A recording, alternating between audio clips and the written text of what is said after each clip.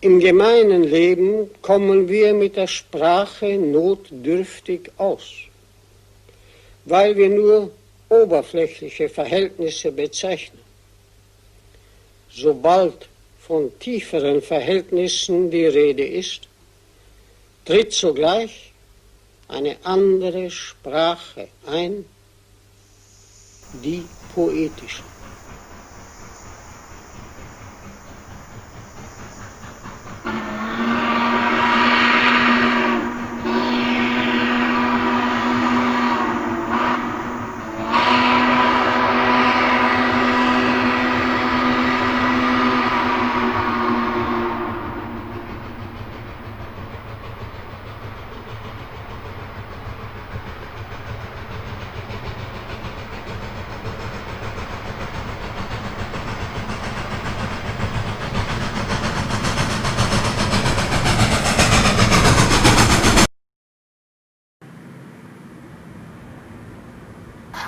Why don't I read a poem?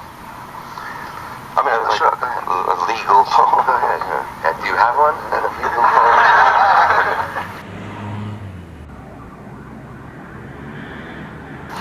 White fog lifting and falling on the mountain brow. Trees moving in rivers of wind. The clouds arise as on a wave. Gigantic eddy lifting mist above teeming ferns, exquisitely swayed along a green crag glimpsed through mullioned glass in valley rain. Nice opening.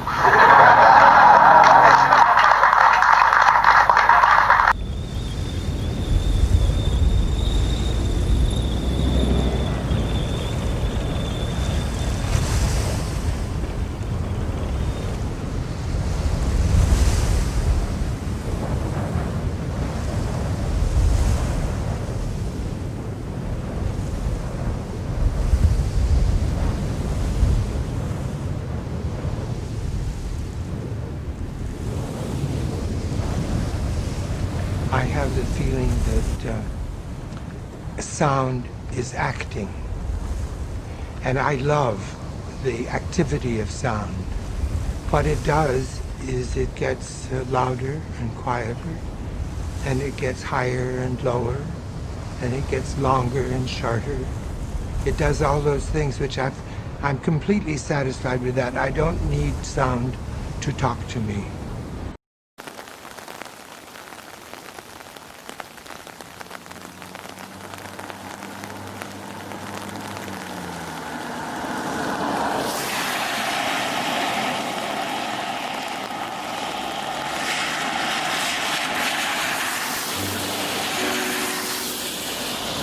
The flaneur, he wanders, he observes, the Musée d'Orsay. He detaches himself from the art. He sees by observing those around him. He creates his own new art, calls it flannery.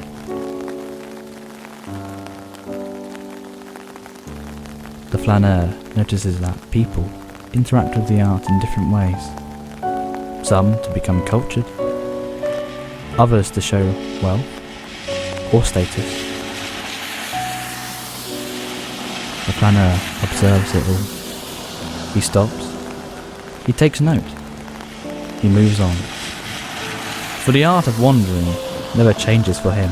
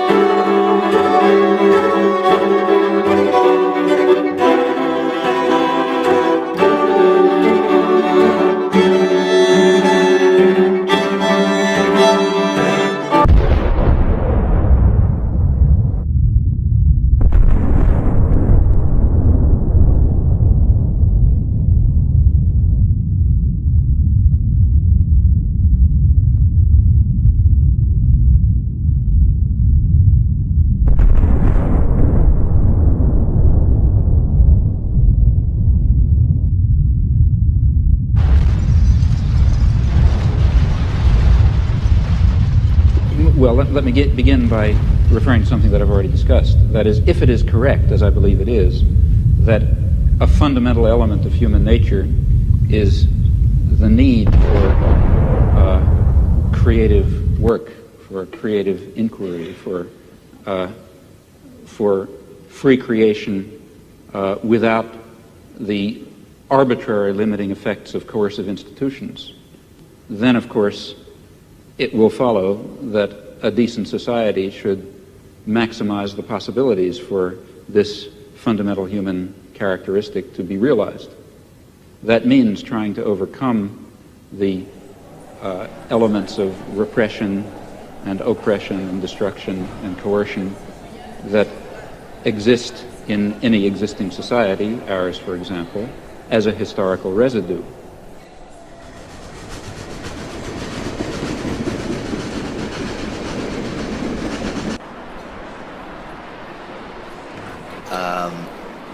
Postmodern was sort of this icon, this high, great idea about the time within which we all live. Supposedly, this was the sort of myth of academic philosophy that I was led into. I'm searching for the meaning of the postmodern. What does it mean that the modern has ended? Or what is the end of the modern? Which is not a diminishment of philosophy. It just sets philosophy a new task. Whereas in the past it was supposed to pretend to the universal or to the eternal, pretend to possession of spirit, without having to consider or relate to or be mediated by the personal or the individual or the autobiographical.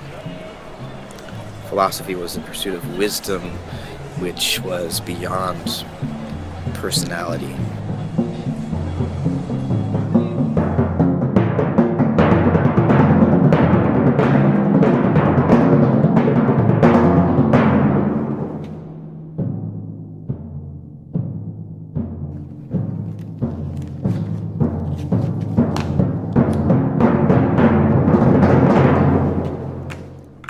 Okay. Class, is everyone listening? Now, nothing is original, okay? So you can steal from anywhere that resonates with inspiration and fuels your imagination, okay? Okay. Now you can devour old films, new films, music, books, paintings, photographs, poems, dreams, random conversations, architecture, buildings, bridges, trees, cloud formations, bodies of water, even light and shadows. Now, I want you to select only those things to steal from that speak directly to your soul. All right? Now, if you do this, your work and your theft will be authentic. All right? Now, authenticity is invaluable. Okay? Now, originality is non-existent. So don't bother trying to conceal your thievery. You can celebrate it, if you feel like it. All right? All right. It's not where you take things from. It's where you take them to.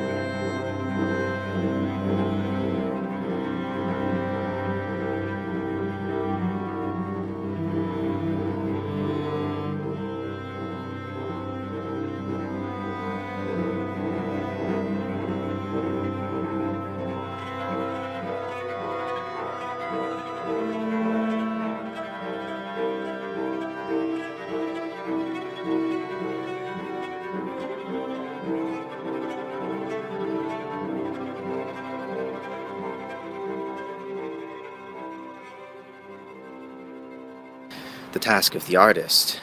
The task of the artist is to communicate. And to communicate is to go beyond oneself, to move outside oneself in order to share oneself with the other.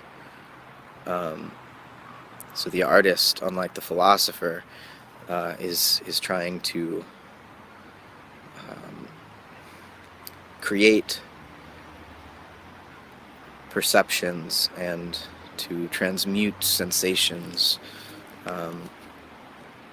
such that the perceptual or the sensory world becomes problematic to us in an as yet unforeseen way. So art is a form of experimentation on experience that transforms what had been naturally or innately given into what has now been tampered with, instrumentalized, and transformed or reproduced in some as yet unforeseen way. So the pure past, the past which has never been present, becomes present. The way it becomes contracted or condensed into the duration of the passing moment. And this is memory, of course. And so the artist is trying to become conscious not only of what is remembered, of the products of memory, but of the process of memory itself. Draw up sort of perceptions and concepts, the artist percepts and the philosopher concepts, that then become conscious. So what normally happens unconsciously to us, the formation of our habitual modes of perception, for the artist becomes conscious. We become to intentionally engage it, with craft and skill, and in that way to call forth from it something which had not yet been there. So of course, philosophy and art and science in its own way, these are all creative endeavors. Not simply, it's not simply that philosophy discovers pre-made concepts floating in the sky, just awaiting actualization by a thinker, by a philosopher. Nor is the artist just shedding light on things which were already there, percepts of things which were already there in the world. The artist discovers light as itself the source or the ground of things, so that one does not simply shine light on an already existing thing.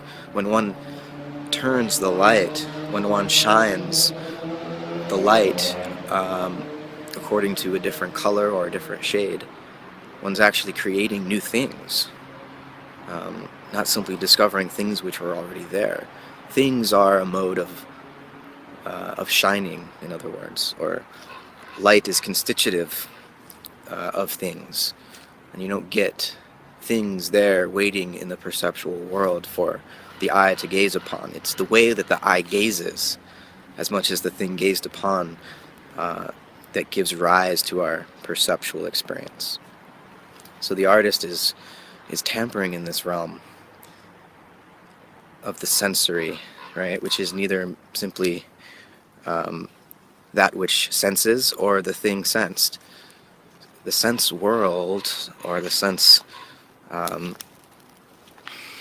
world separates it from self. Sense includes the perceiver and the perceived, right? And the artist will vibrate the connections between the two, transforming both at once.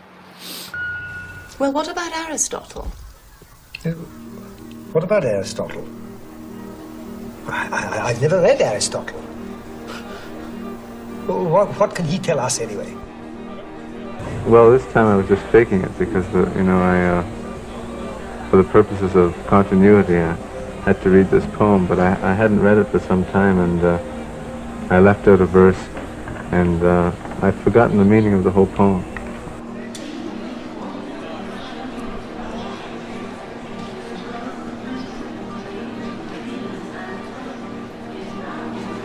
has something in common with many other works of art. And the reason to check it out is the same reason that you would try any piece of music or painting. Or for me, I try to do the same thing, that is to get lost in this work of art. So you can get lost in the Goya painting, the Prado. You can really get lost in that world. You can get lost in a book. You can get lost in a poem. You can get... So for me, art is about getting lost in another world.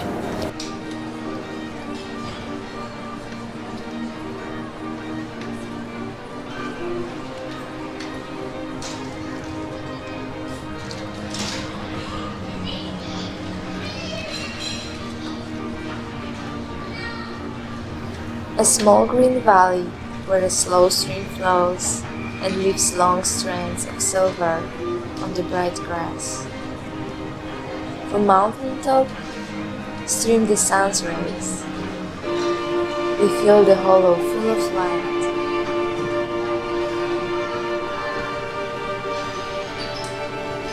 A soldier, very young, lies open-mouthed, a pillow made of fern beneath his head.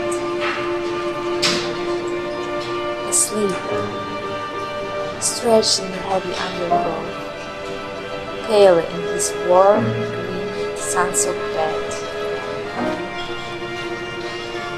His feet among the flowers, he sleeps. He smiles like an infant, gentle, without guile. Ah, nature, keep him warm, he may catch cold.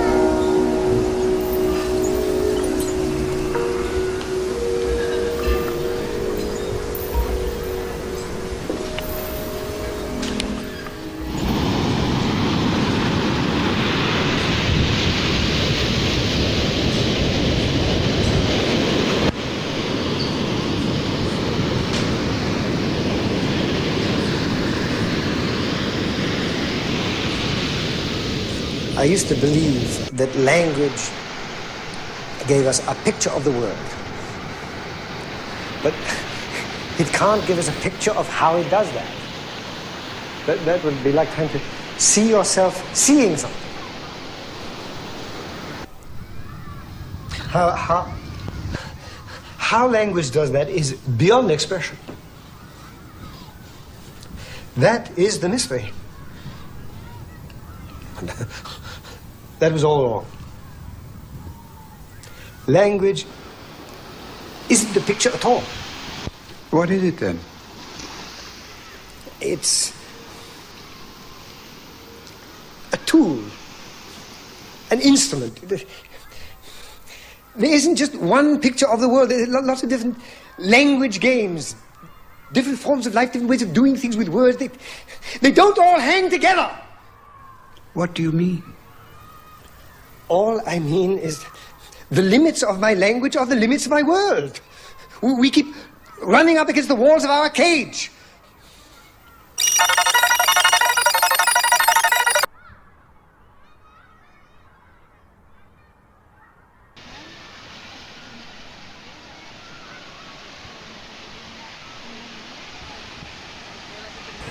Well, it doesn't disturb me because I don't think anything was at stake.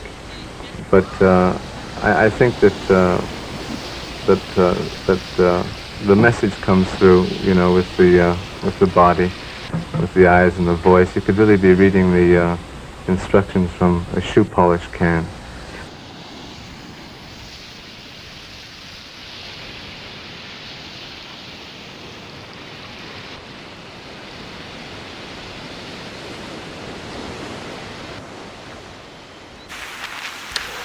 Oh, natural. Tell me, why does it seem more natural for people to believe that the sun goes around the earth rather than the other way around? Well, obviously, because it looks that way. I see. And how would it look if the earth went around the sun? Well, I suppose... Yes, I see what you mean.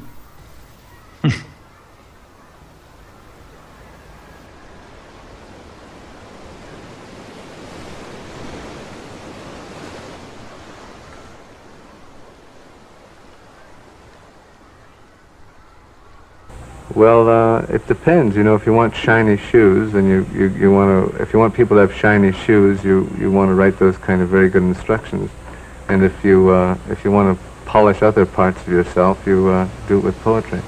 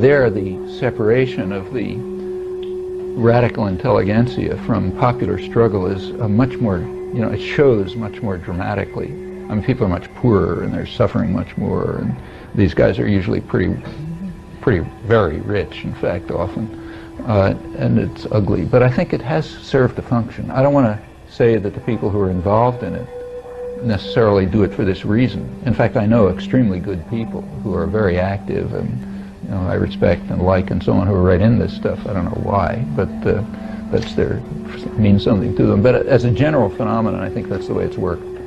It's worked as a way of insulating sectors of a kind of radical intelligentsia from popular movements and actual activism, and it served as an instrument of power.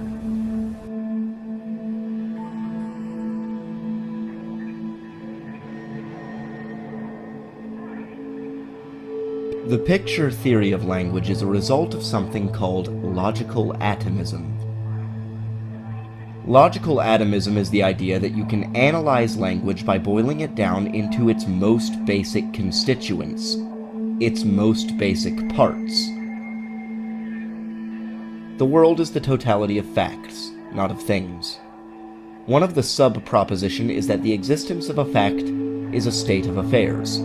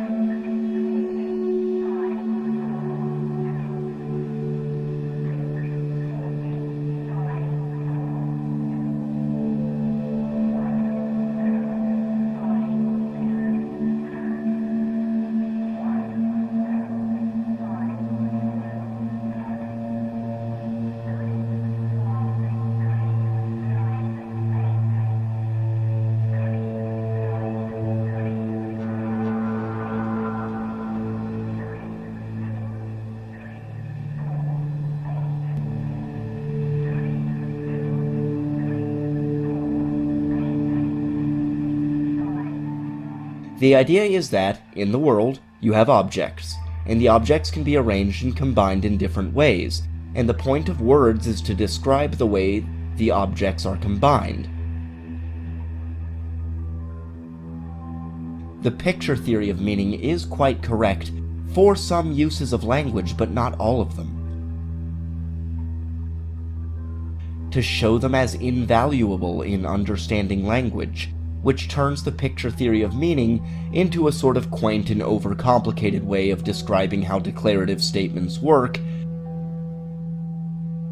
Humans exist in this universe, this reality, so the structure of this reality, whatever it is, determines the structure of human language.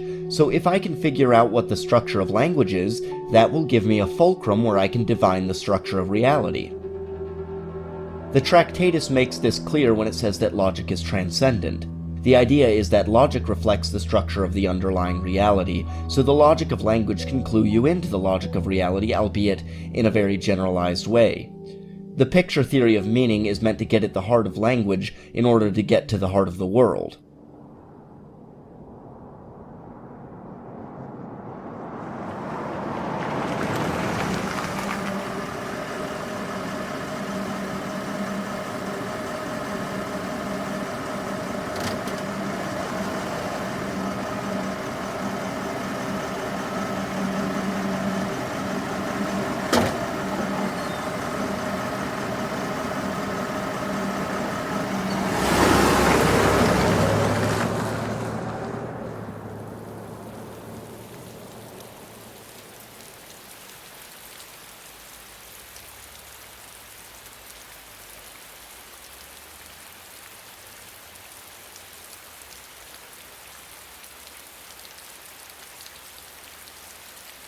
For me, painting isn't just about sticking a bit of paint on a canvas or copying an idea.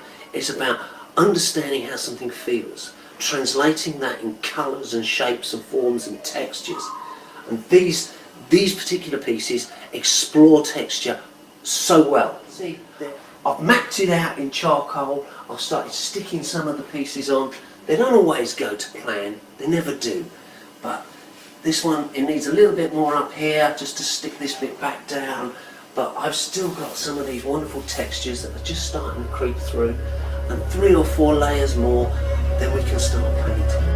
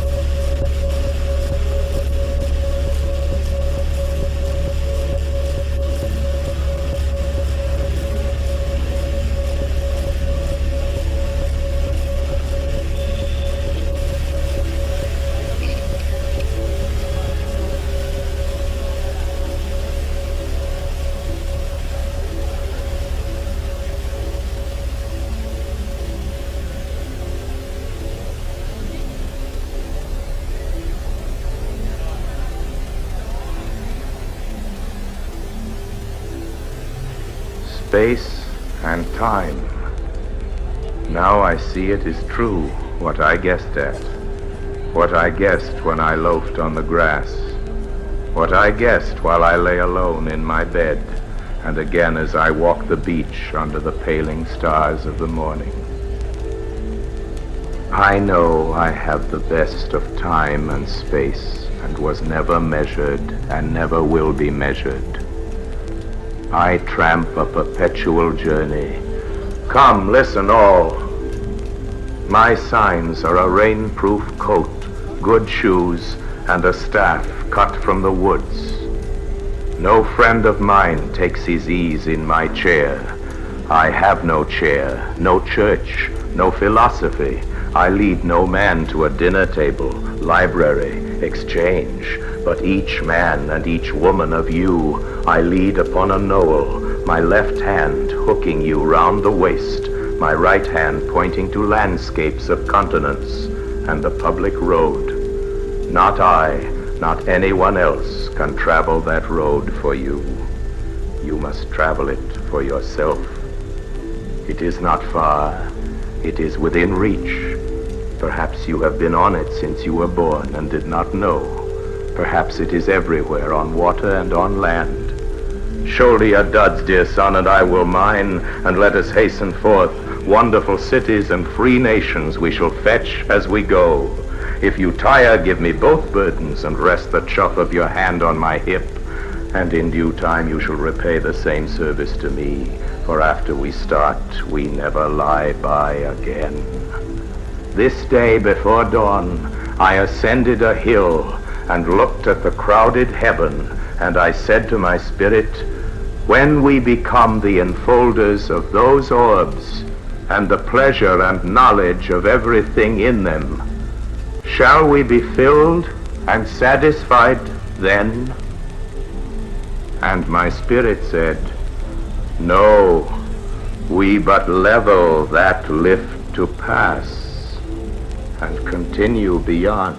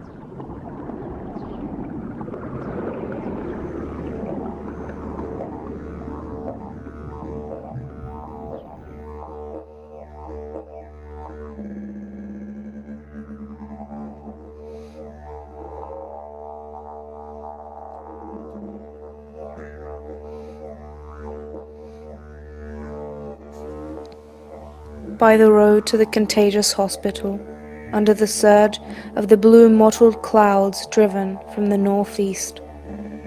A cold wind. Beyond, the waste of broad, muddy fields brown with dried weeds standing and fallen.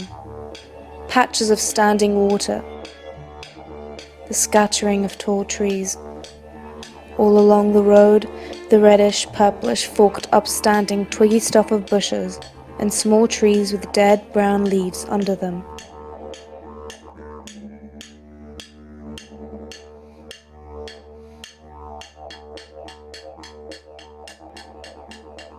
Leafless vines. Lifeless in appearance, sluggish, dazed, spring approaches.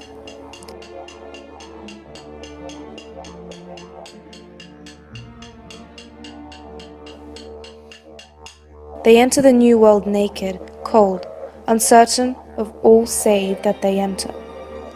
All about them the cold, familiar wind.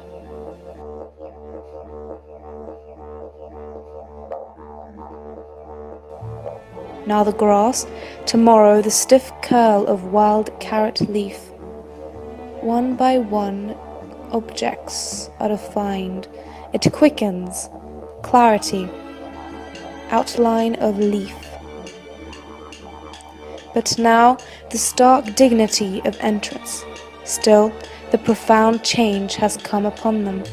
Rooted, they grip down and begin to awaken.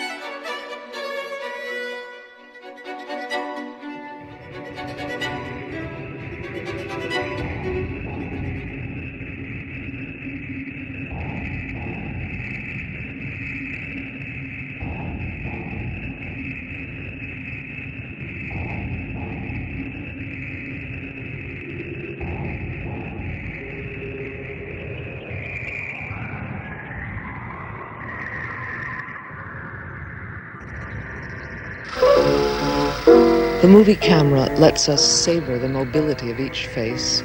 The still camera embalms it. Photographs show people there and then, grouping together people and things which a moment later have already disbanded, changed, continued along the course of their independent destinies.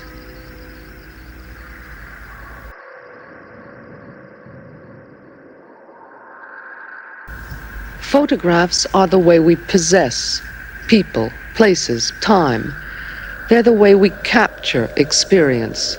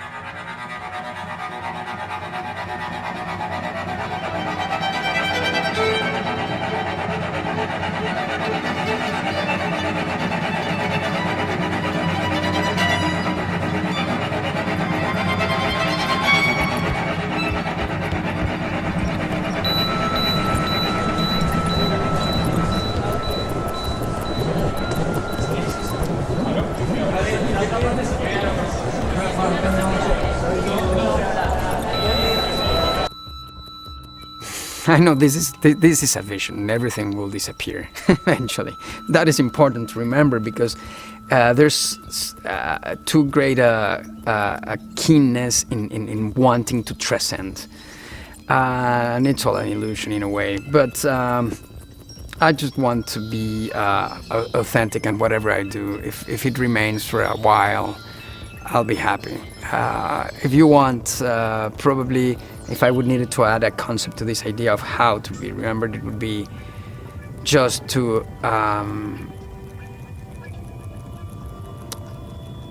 show individual vision, you know, that each one of us has his own vision, and that we have to find our own voice, and each voice is always original, rather than wanting to be the good illustrator of a good system that already exists as a pre-structure.